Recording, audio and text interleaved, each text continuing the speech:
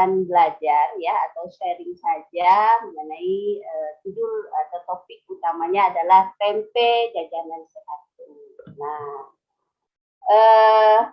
amanah ya yang disampaikan pada ibu itu ada 3. Yang pertama adalah bagaimana memilih jajanan makanan yang sehat ya. Kemudian yang kedua adalah mengolah tempe yang baik, dan yang ketiga adalah contoh makan jajanan lokal.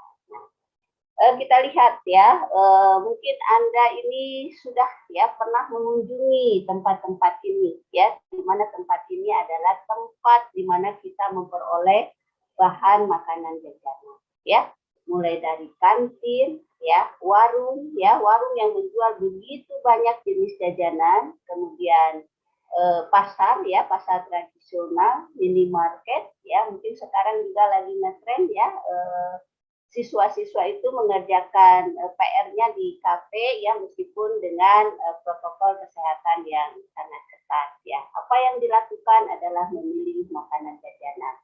Kemudian lagi kalau kita ke mall ya, sepanjang ya jajanan di tempat mall itu sungguh tidak terbatas ya. Sekarang mari kita lihat ya, apa yang biasa atau paling banyak, atau ini adalah contoh sebenarnya ya, contoh sedikit saja jajanan yang paling banyak diminati oleh remaja ya.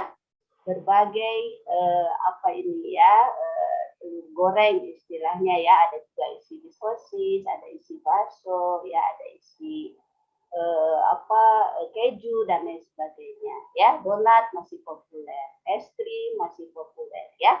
Kemudian gorengan-gorengan ya, seperti contohnya di sini keripik-keripik ya, kemudian makaron ya, ada yang pedis, ada yang level berapa ya, bakso goreng. Kemudian ini minuman yang lagi ngetren ya saat ini untuk Anda ya, nanti kita akan diskusikan sebenarnya apa sih baik kurang atau baiknya dari jajanan jenis ini. Nah, di swalayan banyak sekali ya, berbagai merek, berbagai produk ya, silahkan ya, di mana sesuai dengan keinginan Anda, sesuai dengan budget Anda.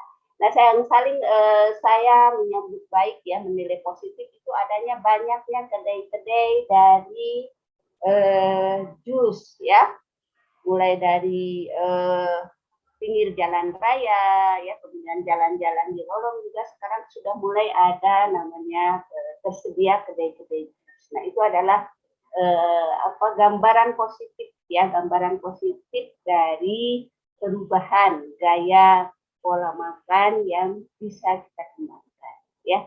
Baik, next slide. Silakan ya. Sekarang kenapa kita jajan ya, selain tadi itu banyaknya jajanan ya, menawarkan pada kita ya, menganjurkan kita, mengajak kita jajan, tapi sebenarnya jajan itu untuk apa? Kenapa kita itu harus jajan ya?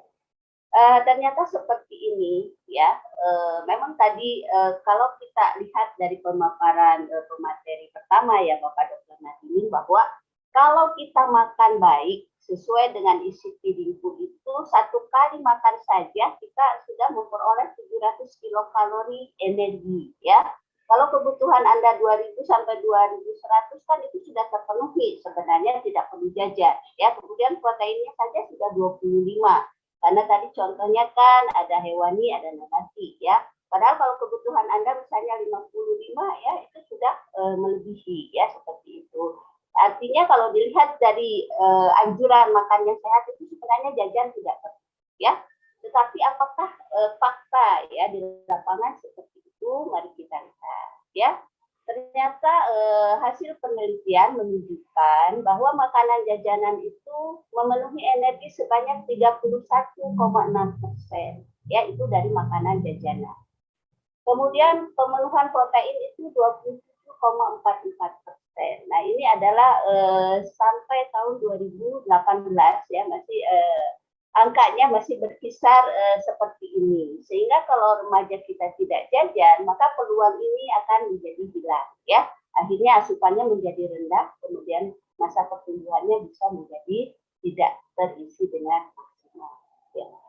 Kemudian kalau misalnya remaja kita berada di sekolah, kalau sekarang kan musim pandemi ya, insya Allah mungkin ini kan kita levelnya sudah cenderung turun ya, kita akan aktif kembali ya untuk melakukan aktivitas, maka jajanan itu juga bisa dijadikan sebagai pengganti makan utama, karena meninggalkan rumah dalam jangka waktu lama, kemudian tidak membawa bekal, sehingga putra putri kita akan jajan di luar rumah ya. Apakah itu jajanannya bersifat makanan utama atau bersifat makanan ringan. Kemudian pengganti makanan siang ya, sama tadi bahwa tidak sempat membawa bekal, tidak sempat pulang ke rumah karena harus lanjut les ya, sehingga jajan dijadikan pengganti makan siang. Kemudian ternyata remaja kita ini sarapannya masih banyak yang bolong-bolong. Ya, mudah-mudahan adik-adik yang ikut di sini ini sudah pada sarapan, artinya sudah membiasakan sarapan, ya. Karena adik-adik remaja di tempat lain itu ternyata sebanyak 52% itu masih ya sarapannya itu kurang dari 3 kali per minggu. Jadi masih selang-seling ya antara sarapan mungkin kalau sempat, tidak sarapan kalau tidak sempat. Jadi bukan merupakan pola kebiasaan yang diatur ya. Jadi mudah-mudahan kita ya senantiasa membiasakan untuk sarapan pagi. Kemudian ternyata yang paling menarik ya dari remaja ini ya, diskusi ya pada remaja-remaja ini, ternyata jajan itu gaya hidup ya. Tidak ngetren katanya kalau ke mall tidak duduk ya di tempat-tempat kedai makanan. Tidak ngetren katanya kalau ke mall tidak menenteng-nenteng jajanan ya, sehingga gaya hidup yang seperti ini ya karena ada faktanya dan itu harus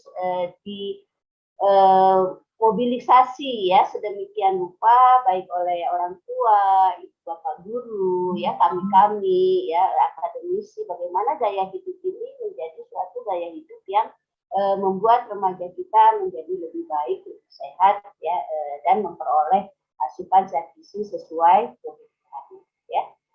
Kemudian makanan ringan ya, ini adalah yang paling populer bahwa jajan adalah makanan ringan ya. Nah, ini ya ternyata ya di antara kita ini 98,9%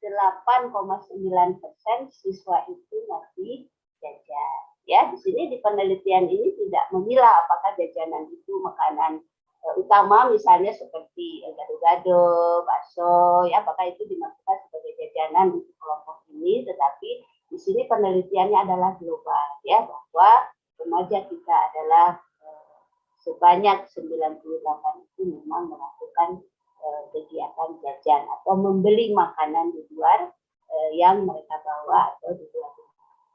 Baik, next slide. Nah, sekarang karena jajan itu sesuatu yang tidak bisa dihindari ya, sesuatu yang memang ada ya. Mari kita melihat bagaimana cara mengenali jajanan yang sehat. Ya.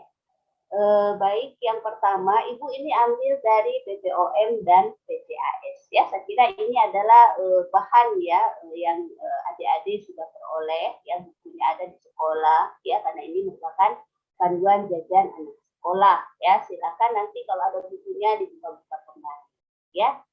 Jadi yang pertama, kenali dan pilih pangan yang aman ya. Artinya aman di sini itu yang bagaimana ya, kenapa kita itu harus mengenali dan memilih makanan yang aman. Pertama, perhatikan dulu apakah jajanan kita ini tidak berbahaya secara biologis ya. Biasanya biologis itu yang terlihat langsung ya.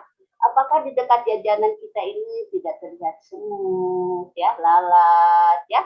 Pasti sebenarnya kalau secara sekarang mungkin sudah hampir jarang, tetapi pada tempat tertentu mungkin saja akan kelihatan di situ adalah ada semut, kemudian makanannya sudah rusak, yaitu adalah secara biologis. Kemudian aman secara kimia, yang bagaimana? Yang warnanya tidak mencolok, ya, yang menggunakan pewarna alami, ya. Kemudian yang tidak mengandung bahan tambahan makanan yang terlalu banyak. Itu juga merupakan bahan-bahan jajanan yang harus aman dari segi.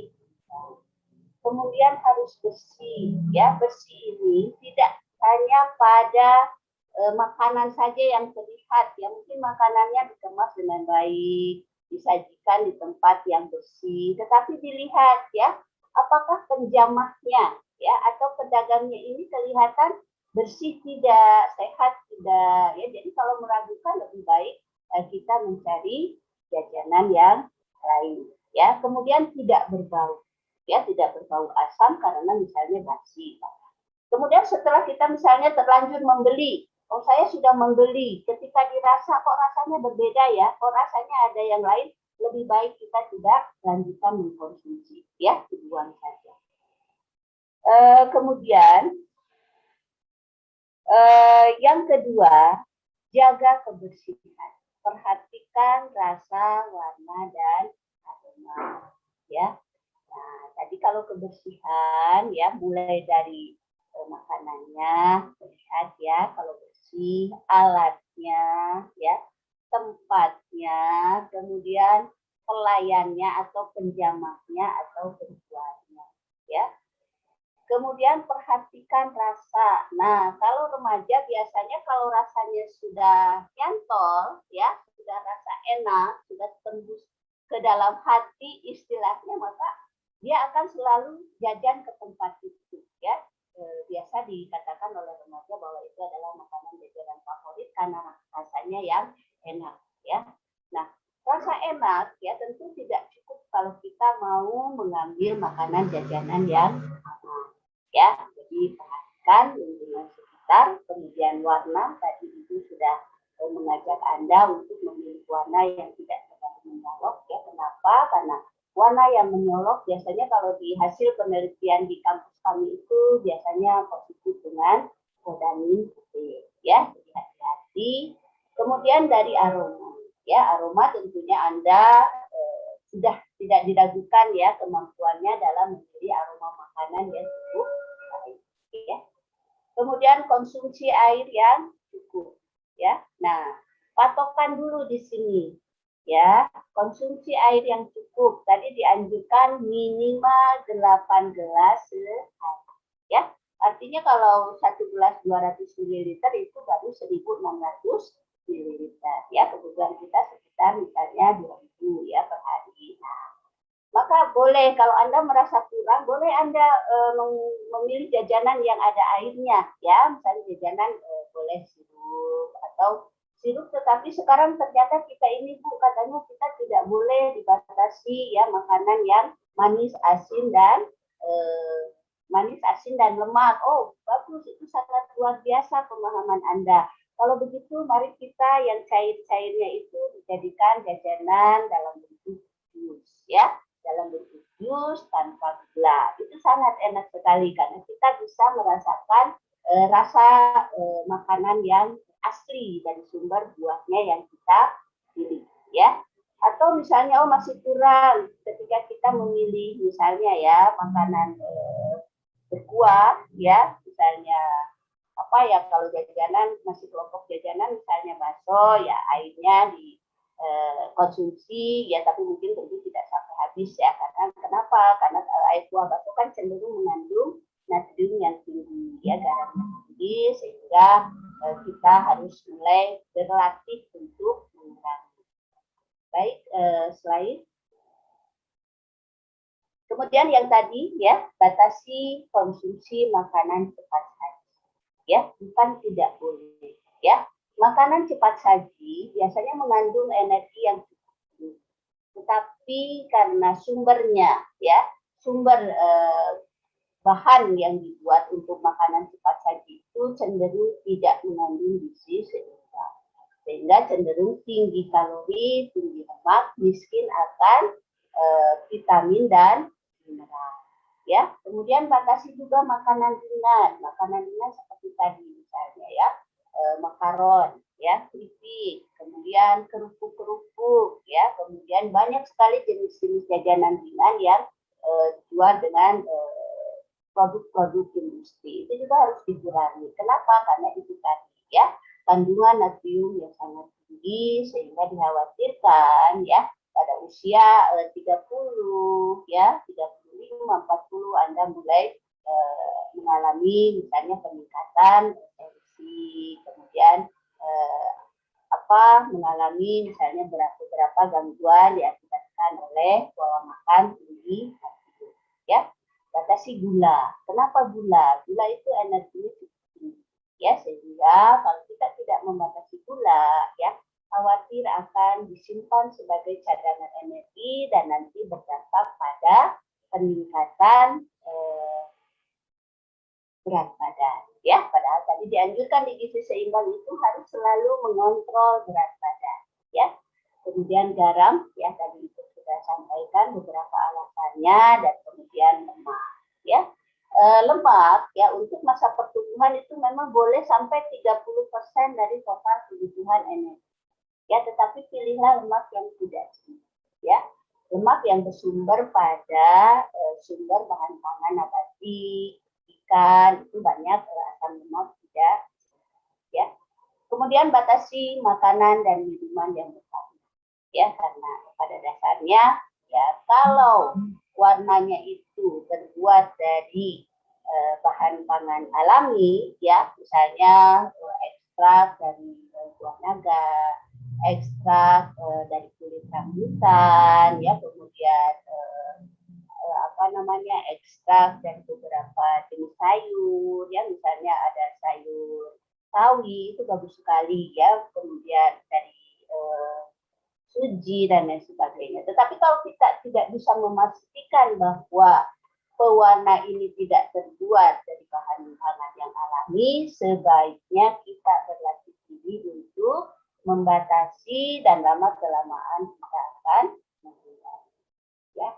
Kemudian perbanyak makanan berserat. Ya, silakan jajan, tapi pilihlah makanan yang berserat. Ya, mungkin Anda jajan, Anda ya memilih buah. Ya, jus buah mana apa yang lebih bagus, apakah yang hanya buah tunggal atau dicampur. Sebenarnya yang mana-mana saja itu cukup bagus. Ya, kalau dicampur berarti Anda atau di mix ya, jus mix ya. Berarti Anda memperoleh ya sumber vitamin mineral yang beragam ya. Kemudian misalnya sekarang begitu banyak buah-buahan. Nah, remaja itu kan biasa senangnya kumpul-kumpul. Nah, waktu kumpul-kumpul itu buatlah misalnya rujak buah. Ya, rujak buah, rujak yang mana? Boleh rujak manis, rujak serut, dan lain sebagainya. Ya, sehingga kita mulai berlatih ya membiasakan asupan yang kita makan itu yang mengandung serat yang tinggi. Ya, karena ya beberapa kasus itu ternyata banyak kasus ya asupan serat rendah sehingga dapat menyebabkan beberapa penyakit. Nah, kemudian ini baik ya, ini yang paling harus Anda perhatikan ya. Bacalah label sebelum membeli ya. Jadi kalau ke mall ya, kalau ke swalayan jangan langsung ambil saja ya. Oh, saya mau beli biskuit ini, saya mau beli susu ini, ya. Saya sudah lihat iklannya produk ini, ya, kayaknya enak dan lain sebagainya. Cobalah berdiri dulu sebentar, ya, lihat dulu, ya, labelnya. Apakah produk ini ada penanggung jawabnya, kadaluarsanya kapan, isinya apa saja, ya, kemudian memenuhi berapa AKG, kemudian apakah ini tidak mengandung pewarna, perasa yang berlebihan, dan sebagainya. Ya, kemudian kita lihat lagi, dibalik lagi, ya, lihat komposisi nilai gizinya, ya, karena kita sekarang hampir semua produk yang diperdagangkan itu biasanya mewajibkan nilai komposisi nilai gizi, ya. Jadi kita di sini lihat ya, ada yang berwarna-warni, itu adalah patokan yang ya. Jadi semakin banyak yang berwarna biru, ya, biasanya itu jajanan semakin bagus. Biasanya kita sudah melakukan ya pelihat-pelabelan ya, semakin banyak yang kandungan ya cukupan yang berwarna biru ya, biasanya kualitas jajanan itu dari segi gizi itu cukup bagus ya. Adapun yang berwarna orange ini adalah komposisinya, presentasinya. Tetapi kadang kalau presentasi ya kandungan unsur zat gizinya sudah begitu lengkap, tetapi tentu saja ada kekurangan di komposisi. Bagaimana cara memilihnya? Kalau Ibu menyarankan yang beragam saja, ya, karena biasanya makanan jajanan itu meskipun memenuhi 31,9% tadi ya kebutuhan energi, tetapi pada orang per orang itu sangat kuat, ya. Apalagi kalau Anda merasa makanan dari rumah Anda cukup bagus, maka pilihlah prioritaskan yang berwarna. Baik, next slide. Nah, sekarang kita masuk pada tema kita yang kedua, ya, tempe. Ya, tadi mungkin di 2 pekan yang lalu ya kita sudah sudah mengambil tema ya mengenai tempe. Kita Ibu akan menyampaikan bagaimana sih kalau kita mau mengolah tempe ya supaya tempe ini ya bisa diambil manfaatnya sebagai sumber protein yang baik yang tersedia di pasaran ya yang disukai oleh semua orang ya. Baik, slide. Ini kita mengulang dulu sedikit ya. Sebenarnya tadi sudah disampaikan oleh Bapak Dr. Dadi ya bahwa tempe itu adalah keistimewaannya nilai cernanya tinggi dikarenakan adanya proses fermentasi.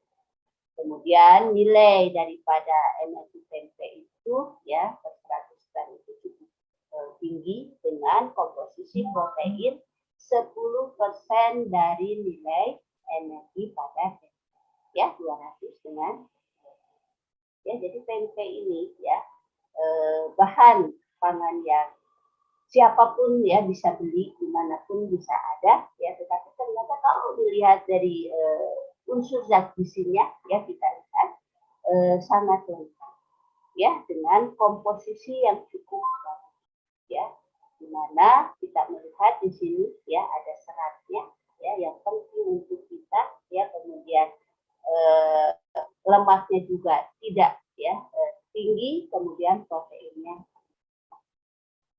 Baik, slide.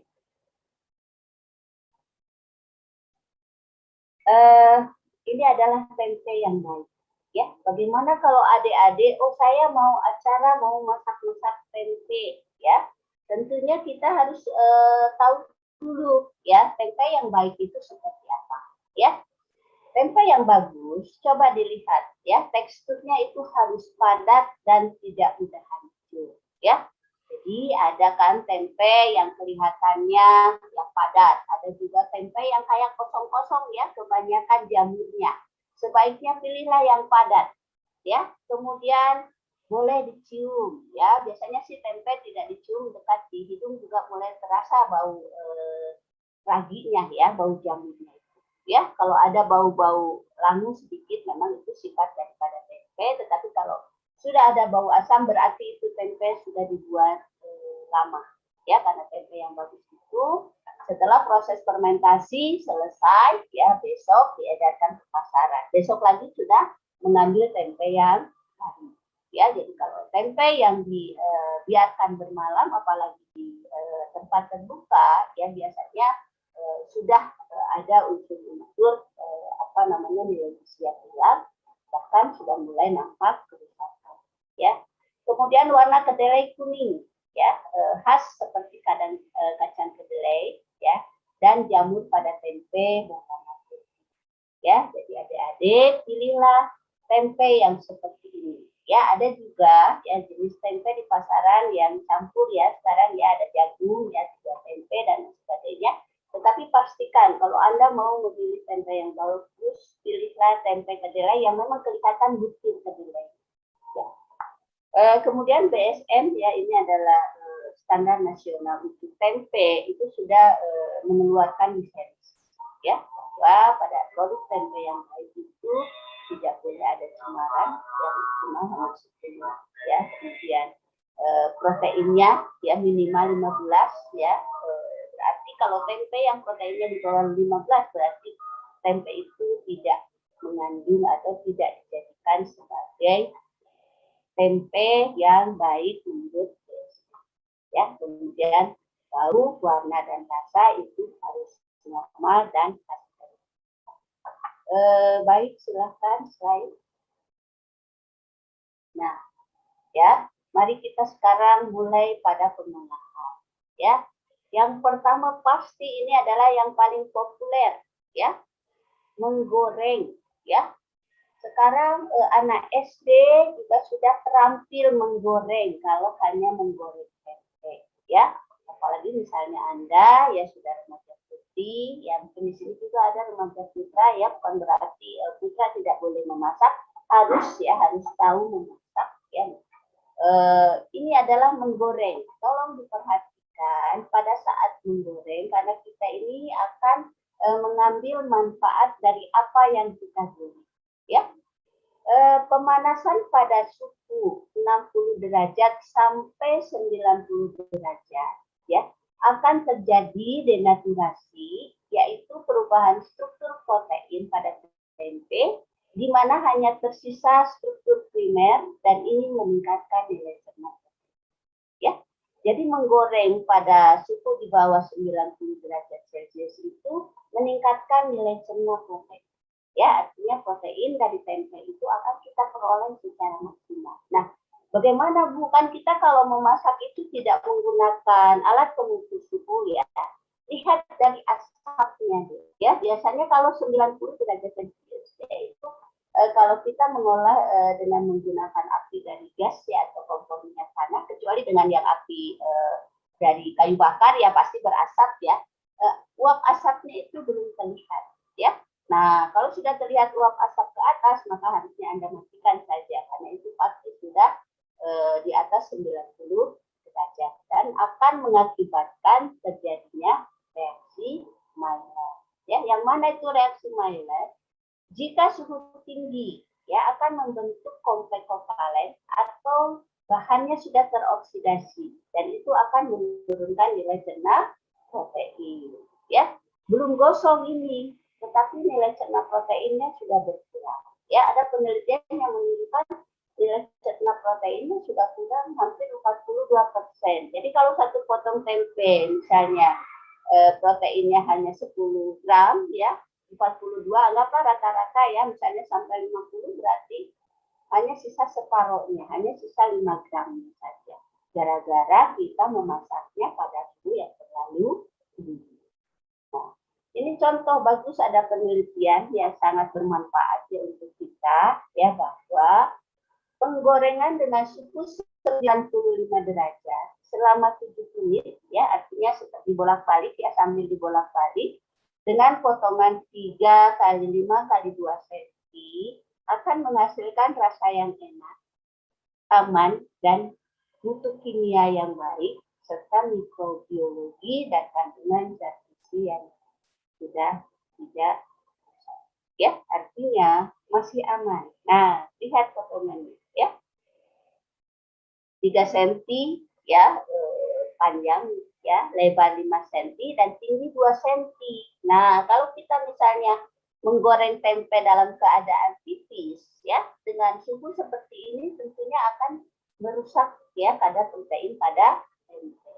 Ya, apalagi kalau misalnya kita membeli gorengan, ya, di mas-mas, ya, itu kan tempenya tipis sekali, ya, kemudian dibalut dengan tepung. Nah, hati-hati, ya, kalau sudah agak berwarna hitam atau coklat tua, usah, ya, atau paling aman Anda buat sendiri, ya, apinya sedang saja, ya, kemudian harus agak sabar membolak-balikan karena kita ingin memperoleh hasil yang cukup bagus, ya, dengan mutu yang cukup baik, ya, mutu gizi, ya. Nah, di sini disarankan, ya, idealnya penggunaan minyak goreng hanya sekali saja dengan suhu di bawah 120 derajat Celcius. Ya, artinya bukan satu kali masuk tempe, satu kali angkat kemudian simpan, bukan itu, ya, sekali menggoreng, ya. Kan kita tadi berharap 60 sampai 90 derajat Celcius. Nah, mungkin saja pada masuk bahan yang kedua suhunya akan sudah lebih tinggi. Jadi setelah Kalau mahasiswa kami itu memperoleh ya hasil penelitian teroksidasi ketika sudah 4 kali penggunaan celupan pada minyak goreng. Tapi untuk amannya mungkin ya di sini disarankan hasil penelitian menunjukkan cukup 2 kali saja. Oke, baik, slide. Nah, sekarang ini yang paling banyak ya. Biasanya kita itu mengambil tempe itu biasa karena bahan yang cenderung bisa diawetkan ya. Kemudian cenderung praktis membeli dan lain sebagainya ya. Ada beberapa jenis pengolahan tempe ya dengan proses menggoreng dengan cara deep fry ya, yaitu suhu tinggi dan waktu yang lama. Ya, biasanya suhunya itu di atas 200 derajat Celcius. Ya. Nah, pada hasil penggorengan deep fryer biasanya akan terjadi terlihat adanya kadar asam lemak. Ya, asam lemak trans ini adalah asam lemak yang kurang baik kalau kita ya. Kemudian boleh menggoreng ya deep frying pada suhu kurang 200 derajat Celcius dengan waktu yang singkat ya, tidak boleh lama. Jadi seperti di restoran-restoran, di hotel-hotel memang sudah mempertimbangkan ya penggunaan metode deep frying itu masukkan ya kemudian cepat diangkat. Nah itu tidak mempengaruhi ya. Nah kalau kita misalnya mau membuat bahan makanan misalnya sambal goreng tempe ya. Kalau di mix ya, dicampur misalnya ada tempe, ada kacang, ada udang, ya misalnya ada isinya, ada di sini ada ikan teri, itu bagus dari kandungan zat gizi ya, karena bisa meningkatkan nilai protein, meningkatkan rasa, meningkatkan aroma, meningkatkan warna, menggugah selera makan. Tapi dengan pemasakan yang keliru, ya penggorengan yang berulang kali, justru kita akan rugi dari segi pemanfaatan protein. Baik, slide.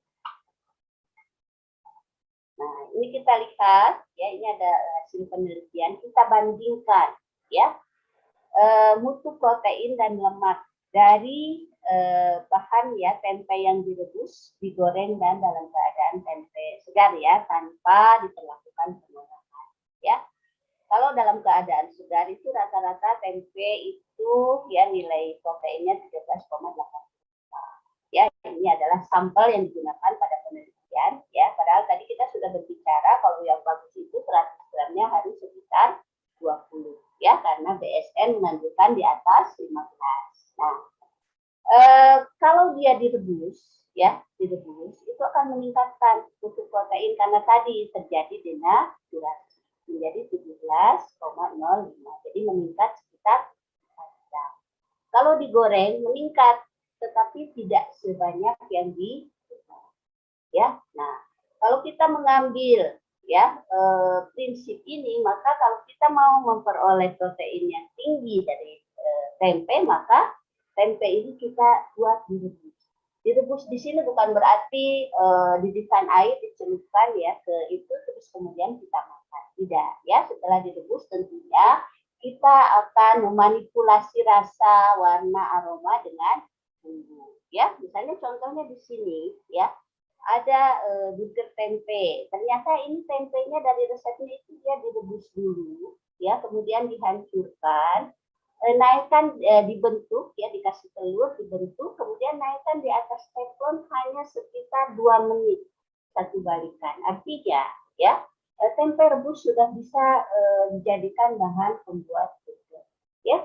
Kemudian yang kedua sate, ya sate direbus, ya rebusannya didikan air, ya supaya menghilangkan langu, boleh dimasukkan bawang putih, ya ternyata bawang putih itu menghilangkan langu tempe, kemudian kita tusuk-tusuk, kemudian kita kasih bumbu sate yang biasa kita buat. Itu juga sudah merupakan hasil rebus tempe yang sangat bagus. Apalagi kalau misalnya kita membuat sate, di sini bertambah lagi nilai proteinnya dari kacang tanah. Kemudian ini tadi ya smoothie tempe ya, smoothie tempe tentunya ya bahan tempenya direbus ya, karena apalagi untuk remaja ya kalau mentah mungkin rasa langunya itu tidak bisa dihilangkan ya, tetapi lebih dulu karena ini kita mau membuat smoothie, maka tidak perlu dikasih bawang putih, ya meskipun bawang putih untuk menghilangkan langu, tetapi kita akan membuat smoothie sehingga tidak perlu dikasih bawang putih ya. Langsung saja, nah air rebusannya diambil sedikit, kemudian dibuat smoothie. Baik, slide.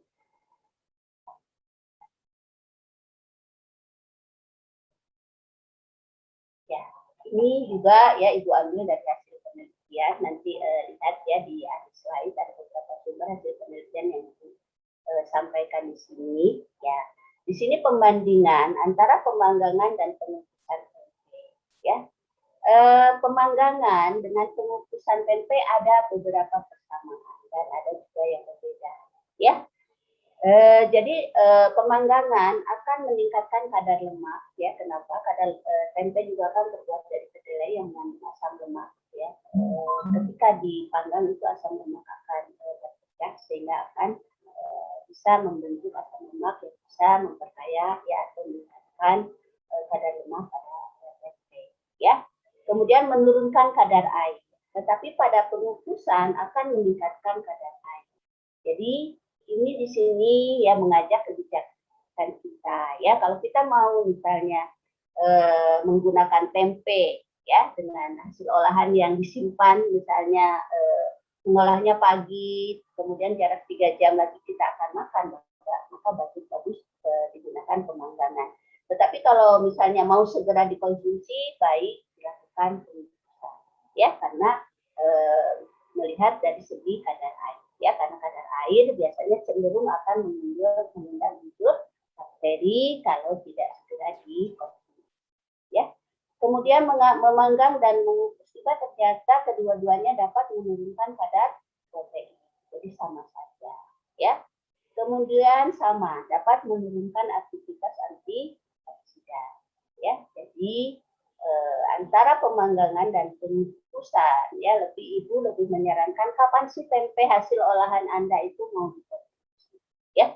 Kalau dikonsumsi segera sebaiknya kita lakukan pengukusan. Kalau dikonsumsi berulang kali misalnya ada jeda waktu, silahkan lakukan pemanggangan. Baik, silahkan slide. Nah, sekarang ini Ibu mau sampaikan ya. Ada 2 contoh ya jajanan dari tempe. Ini adalah jajanan kekinian ya. Mudah-mudahan contoh dari mahasiswa kami ya dari Prodi STNC ya menggugah Anda ya untuk ternyata tempe ini bisa juga keren ya. Tempe ini ternyata bisa juga menjadi suatu bahan jajanan yang sangat kekinian dan bernilai gizi yang baik ya. Jadi yang pertama adalah Nutri-Brownies ya atau brownies crispy. Ini adalah hasil karya dari Indra Rukmana dan kawan-kawan ya. Wah, Indra ini membuat snack ya jajanan dari tempe itu 4 varian. Ya, silahkan slide. Ya, ini ya coba adik-adik cermati bahannya. Yang berbeda itu ya adalah pewarnanya saja ya, misalnya yang coklat ya bahannya semua sama, terbuat dari tempe, tepung terigu, gula pasir ya, kemudian telur, bubuk vanili ya, kemudian garam. Tetapi yang membedakan adalah pewarna coklat dikasih coklat katakan ya, yang berwarna hijau ya dikasih daun kelor ya, ekstrak daun kelor ya atau daun kelor yang ya. Yang berwarna ungu dikasih ubi jalar ungu, yang berwarna kuning dikasih labu kuning. Nah, apakah bahan-bahan ini ya yang membuat tempe kelihatan keren ini ya, bagus ya, itu tidak ada di tempat Anda ya, pasti ada ya, pasti Anda ada coklatnya, ada daun kelornya, ada ubi jalar ungunya, ada labu. Nah, itu bisa membuat tempe memiliki tampilan yang berbeda. Ya, karena ini bahan yang lainnya. Silakan slide. Ini adalah nilai gizinya. Ya, coba adik-adik lihat. Ya, 1 porsi snack ya jajanan ya dari brownies ini ya itu 50 gram ya. Energinya cukup tinggi 326,8 atau 15% dari AKB 2100. Proteinnya itu 18,30, hampir sama kalau Anda mengkonsumsi tempe sebanyak 100 gram ya. Tapi sesuatu yang tidak mungkin ya kalau kita mengkonsumsi tempe dalam jumlah 100 gram satu kali makan. Tapi kalau mengkonsumsi snack ini ya dalam 50 gram sudah kita memperoleh 26,1% pemenuhan protein ya. Jadi silahkan ya, itu memberikan contoh. Silahkan Anda ya, adik-adik remaja putri atau adik-adik remaja putra ya, silahkan berkreasi ya. Karena Anda pasti ya tadi memiliki wawasan yang baik ya, memiliki nilai kompetisi ya. Setiap remaja itu memiliki nilai kompetisi yang kuat ya. Ini hanya contoh ya. Silahkan slide. Nah ini lagi yang kedua ya, ini juga dari mahasiswa kami ya, dari Akila ya sama teman-temannya. Akila membuat tempe snack bar ya. Sama, ini juga jajanan kekinian ya, jajanan kekinian yang bisa ya memotivasi ya adik-adik sini untuk membuat yang lebih baik ya. Silahkan slide. Tempe ya atau tebar ya, snack bar ya. Kita lihat bahannya itu 200 gram tempe, kacang mente ya. Lihat ya, kita pasti punya kacang mente di rumah ya, atau kacang tanah kalau tidak ada kacang mente. Kemudian dampo pisang ya, mungkin ada di beberapa daerah punya dampo pisang yang cukup banyak ya. Ini merupakan makanan lokal kita ya. Kemudian ada kurma, madu, vanili, coklat batang ya. Jadi bahannya cukup sederhana ya, tetapi kita akan menghasilkan jajanan kekinian yang cukup baik ya. Silahkan slide. Ya, dari tebar ini ya kita lihat ya, persaji itu ya akan memberikan kita ya kontribusi energi itu 13,23% ya, tidak sebanyak tadi ya pada brownies ya, tetapi kita lihat di sini kelebihannya ada serat dan beberapa ada nilai gizi tambahan yang lain ya. Lemaknya juga cukup rendah, kemudian energinya memang tidak setinggi pada brownies tadi ya. Nah, ini bagus ya untuk dikembangkan ya. Anda di daerah Anda misalnya punya apa ya, karena ini bahan-bahannya terbuat dari bahan-bahan yang ada di sekitar kita ya. Tadi seperti saya kacang mente pasti ada, tapi kalau tidak ada ganti kacang tanah ya. Dampo pisang ya, kalau Anda tidak punya dampo pisang, Anda punya pisangnya kan bisa juga dulu dibuat dampo pisang ya. Pasti Anda di daerah lebih pintar ya membuat dampo pisang. Baik, silahkan slide. Ya, ini boleh ya setelah dibuat tebar, boleh juga dikemas ya dengan menarik sehingga kita itu merasa keren ya, menenteng jajanan yang dikemas dengan baik. Karena memang ini produk jajanan yang cukup bagus ya, keren lah untuk kita banggakan ya. Kita juga sudah memperoleh nilai energi dan protein yang baik ya. Baik, silahkan slide. Nah, ini materi terakhir ya.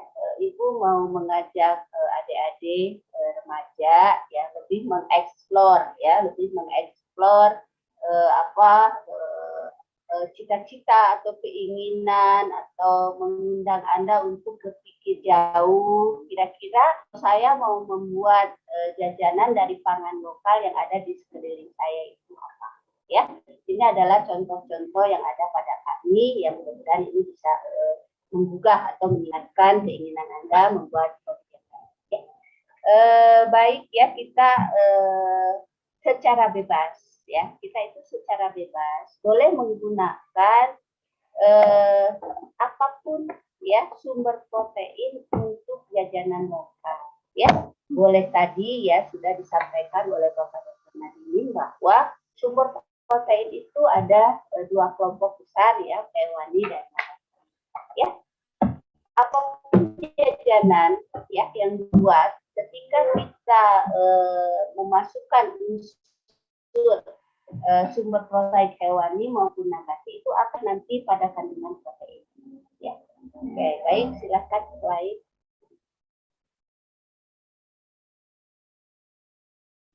Ya, ini contoh ya. Ini sebenarnya jajanan favorit saya ya, favorit kami yang sudah usia yang remajanya dulu mungkin ya 50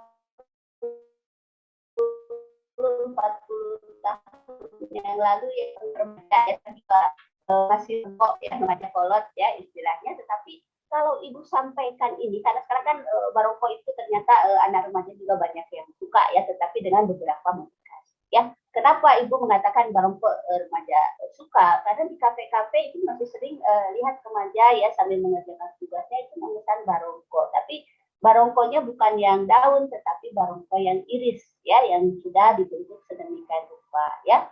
Ada yang kotak, ada yang dikemas ya membentuk jajaran genjang dan lain sebagainya. Toh namanya tetap barongko. Nah, kita lihat ya, barongko ya dalam satu sajian itu ternyata mengandung protein itu cukup tinggi ya, 86,4 gram. Ya, kalau kebutuhan misalnya kita 50 gram rata-rata ya, maka dia sudah menyumbangkan 18%. Ya, dibanding kita misalnya memberi jajanan ya snack-snack yang lain yang kandungan misalnya ya proteinnya belum tentu sebagus. Ya. Nah, kalau Anda mau memperkaya ya boleh silahkan ya. Di sini misalnya ada contoh ya dikasih ya, kan memang bentuk terbuat dari telur ya. Pisang ketok telur. Kalau Anda mau memperkaya boleh dikasih misalnya cincangan kacang hijau, cincangan misalnya coklat, bubuk dan lain sebagainya. Itu akan meningkatkan rasa dan akan meningkatkan kandungan protein. Baik, slide.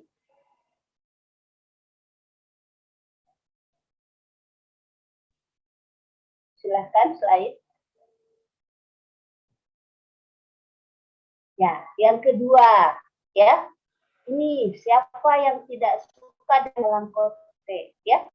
Ini adalah khas Sulawesi Selatan. Ya, namanya juga jalan kote. Itu kalau orang dari mana ya. Kita lihat ya, jalan kote itu ya 2 buah, itu satu porsi jalan kote ya. Kalau 2 buah kita makan itu sudah menyumbangkan 15,9% kebutuhan protein ya, cukup tinggi ya. Tetapi lihat ya, jalan kote yang Anda beli itu di dalamnya itu dibuka, dilihat ya, apakah ada sumber protein hewaninya ya. Kalau dia ada telur, apalagi ada udangnya ya, kemudian misalnya ya ada misalnya ikannya, itu pasti sudah tinggi protein ya. Tetapi kalau misalnya jalan kote yang kita makan hanya ada uniknya, kentangnya, ya, wortelnya, tentu saja proteinnya tidak setinggi kalau tidak ada produk hewani, ya. Jadi kalau Anda kumpul-kumpul, ya, buatlah ya jalan kote yang memang Anda perkaya sendiri dengan sumber yang ada di sekitar Anda. Apakah kerang boleh, Bu? Boleh, ya. Kerang itu sumber pangan hewani ya, yang kandungan proteinnya bagus, kandungan zinc-nya itu bagus, apalagi untuk masa pertumbuhan ya. Zinc itu merupakan zat gizi yang dapat mendukung ya proses pertumbuhan, sehingga boleh kerang dimasukkan ya. Jadi semakin kaya bahan hewaninya, maka semakin bagus kandungan protein. Baik, silahkan. Nah, ini ya. Loh, Bu, ini kan jajanan zamannya Ibu dulu ya, jajanan jadul. Oh, tunggu dulu ya. Ini memang jajanan jadul ya. Tetapi kalau Anda mau memanfaatkan ini, ya, proteinnya itu cukup tinggi. Ya, Anda bisa lihat, ya, kalau Anda misalnya mengkonsumsi 2 keping saja, ya, itu ya memenuhi 27% protein Anda. Ya. Iya, tapi kan Bu malu kalau saya bawa-bawa beginian Bu untuk misalnya ke sekolah, ya meskipun di rumah pasti ada, ya. Oh, jangan malu. Kalau Anda malu dalam bentuk kepingan begini, buatlah yang sendiri-sendiri, yang tunggal, ya, yang hanya kacang disangrai, ya, kemudian dikasih karamel. Dia akan terpisah nanti cara membuatnya dipisah-pisah. Nah itu kan Anda bisa bawa, ya. Anda bawa dengan toples kecil, ya, atau dengan box-box yang kecil, kemudian Anda berbagi di sekolah. Itu merupakan bahan jajanan yang sangat baik ya untuk pemenuhan protein Anda. Baik, silahkan slide. Nah, ini Ibu kasih contoh ya. Jadi pada tahun 2021 ya kampus kami menyelenggarakan Hari Gizi dengan mengadakan lomba makan jajanan. Ya, Ibu ambil contoh di sini pie ya, pie ya populer untuk anak-anak remaja ya, untuk Anda ya. Di sini ya pie itu ya Anissa dan kawan-kawan itu membuat ya modifikasi bahannya itu dari keladi. Ya, kalau biasanya kan dari terigu. Ya, pie itu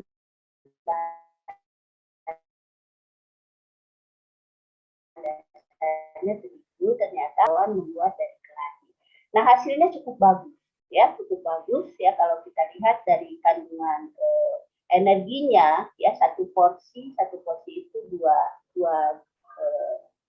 kue pie ya di sini gambarnya tidak ya sebenarnya di hasil hitungan itu satu porsi itu dua pie itu energinya cukup tinggi 410 kemudian proteinnya 13,4 ya lemaknya memang karena ini banyak campuran ya kemudian ada mentega sebagai bahan pembuat pie ya sehingga memang meningkatkan kadar karbohidratnya cukup rendah jika dibandingkan dengan tepung terigu ya jadi di sini karbohidratnya menurun karena digunakan keladi ya kalau dibandingkan dengan tepung terigu kalau tidak salah untuk satu porsi itu tepung terigunya hampir 2 kali lipat ya sekitar 61-62 gram. Baik slide. Ya, izin Bu mengingatkan ya. waktu. Oh, ya, baik Bu. Ya, baik slide. Sekarang chicken tofu crispy ya. Siapa sih yang anak sekarang ya tidak kenal dengan jajanan seperti ini? Ya, ini mahasiswa prodi profesi yang membuat modifikasi dengan menggunakan ya. Energinya cukup baik ya. Kemudian proteinnya cukup bagus ya, untuk satu porsi sehingga boleh ya ini ditempatkan sebagai makanan lokal tinggi protein. Next slide. Ya ini ya kalau kita ambil contoh ya makanan dari es pisang hijau ya boleh dimodifikasi ya untuk menghasilkan bahan jajanan yang tinggi protein. Di sini Dinul itu menambahkan kacang hijau ya dan merubah warna yang menjadi warna alami ya. Baik slide. Ya ini ya bapau atau awak ya yang biasanya putih ya itu menjadi merah ya dibuat lebih menarik dengan menambahkan kacang merah dan pewarna dari buah naga ya. Jadi ini cukup kalau dari segi penampilan cukup memoles ya cukup merubah ya. Baik slide.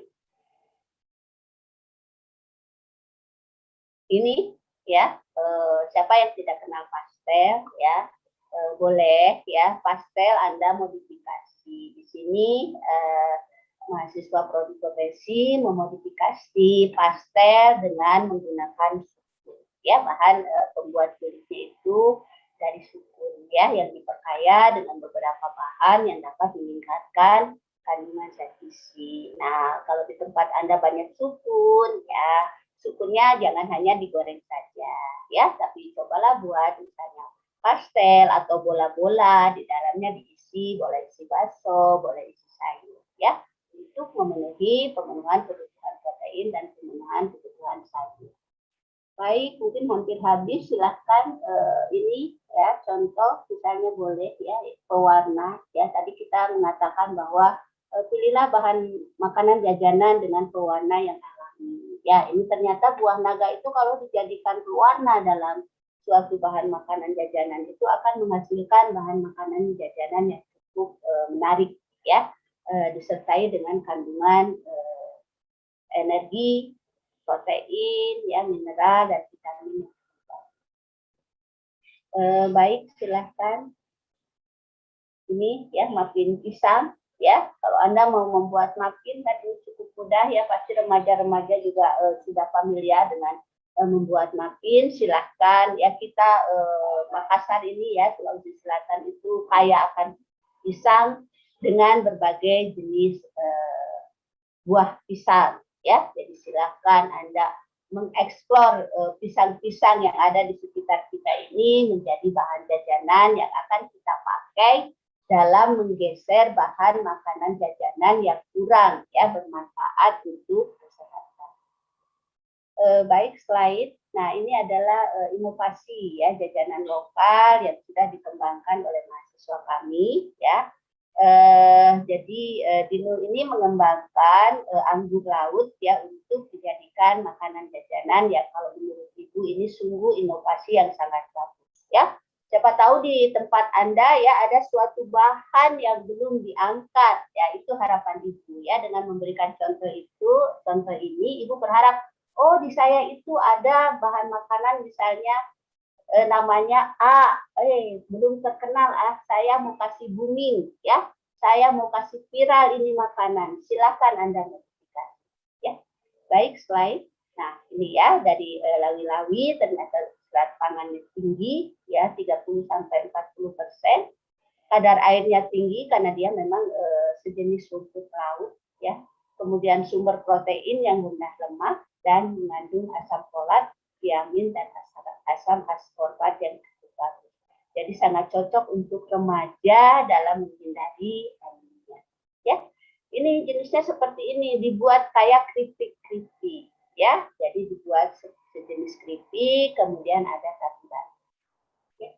Oke, baik, slide. Nah ini energinya ya dalam satu porsi itu 100 gram, energinya memang rendah ya, 100,6 saja ya, ini cocok ya untuk yang mau bergigit.